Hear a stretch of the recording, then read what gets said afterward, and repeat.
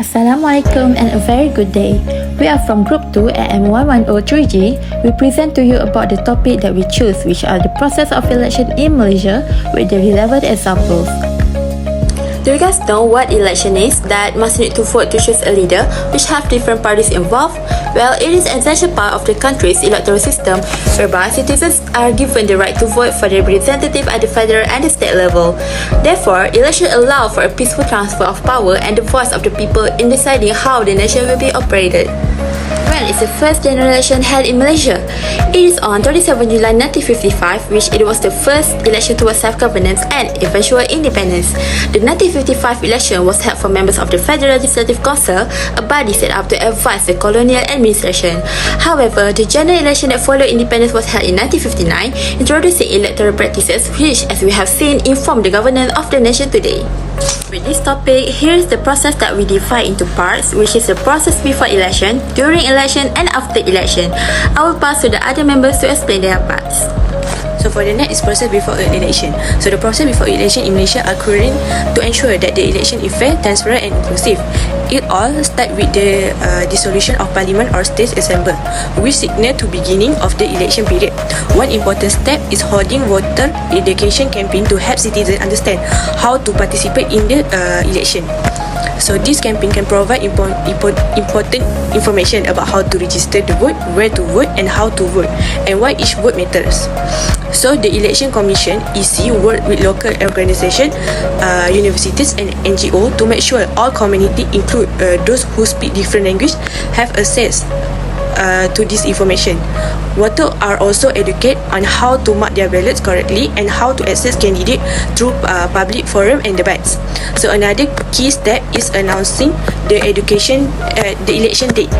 So this date including nomination day, polling day and voting period for group like police, military and Malaysia abroad, to help everyone prepare. For example, during Malaysia 50 general election in 2022, the EC set nomination day for 5 November, early voting on 15 November and polling day on 19 November.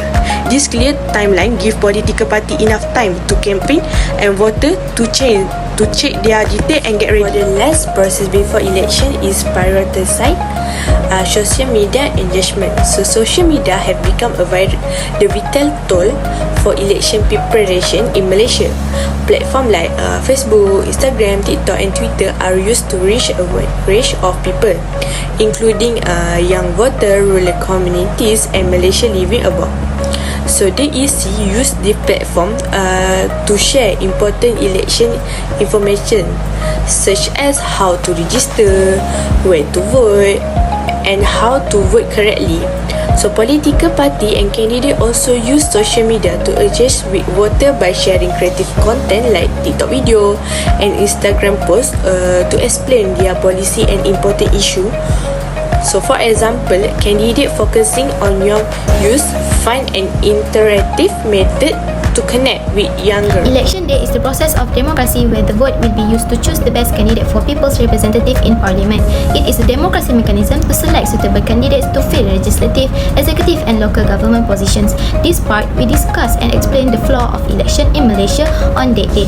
It is a very important part for citizens to go out and vote for the best person, leader, groups and government that will protect their welfare, national economy and national security. For the first step of process during election is polling station in Malaysia. On that day, voters head to polling station to cast their ballots for members of the House of Representatives. Typically, the voting time is set by the Election Commission (EC) of Malaysia is between 8 AM to 9 PM throughout Peninsular Malaysia. However, for Borneo, Malaysia, which is Sabah and Sarawak, the time is held between 7:30 AM to 5:30 PM.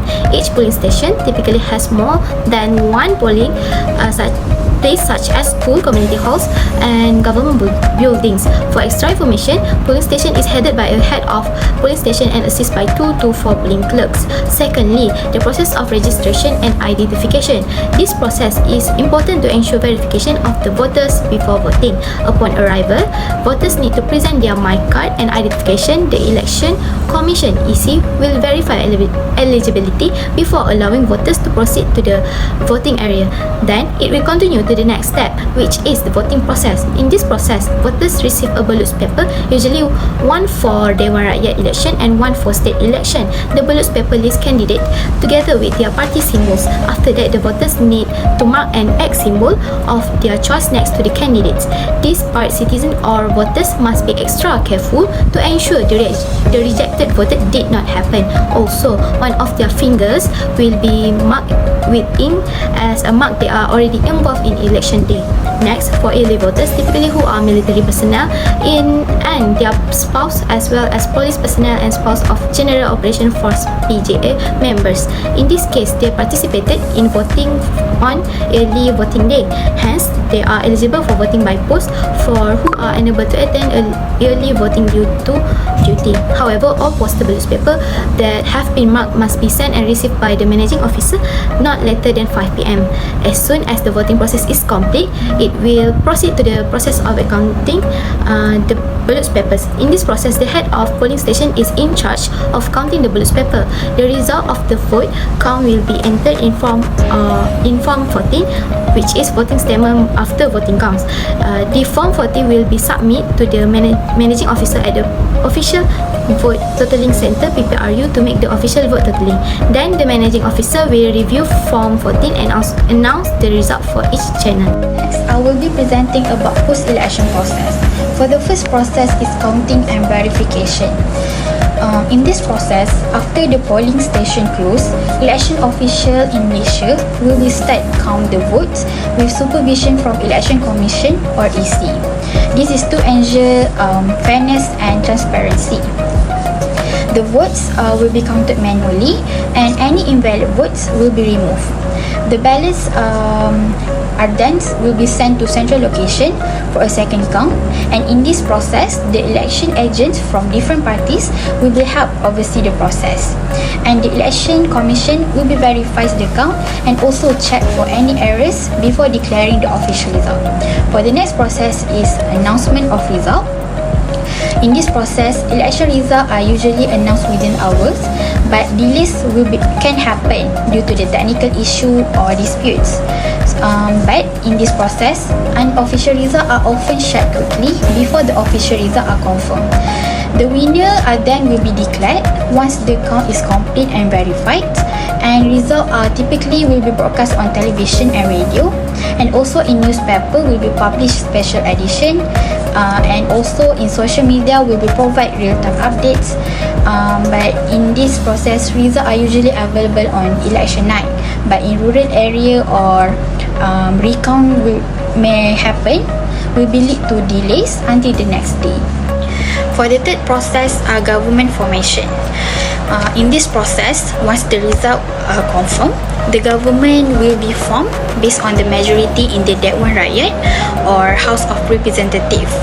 A party or coalition needs at least 112 out of 222 seats to form the government. If there is no party has a majority, a coalition is formed through a negotiation. And for the last process, Prime Minister appointment. In this process, after the election, the King or Yang di-Pertuan Agong will invite political leaders to suggest candidate for Prime Minister. If a party or coalition has a majority, the King will invite its leader to form the government. And if there is no majority, the King then will talk to the leader to figure who can form a stable government.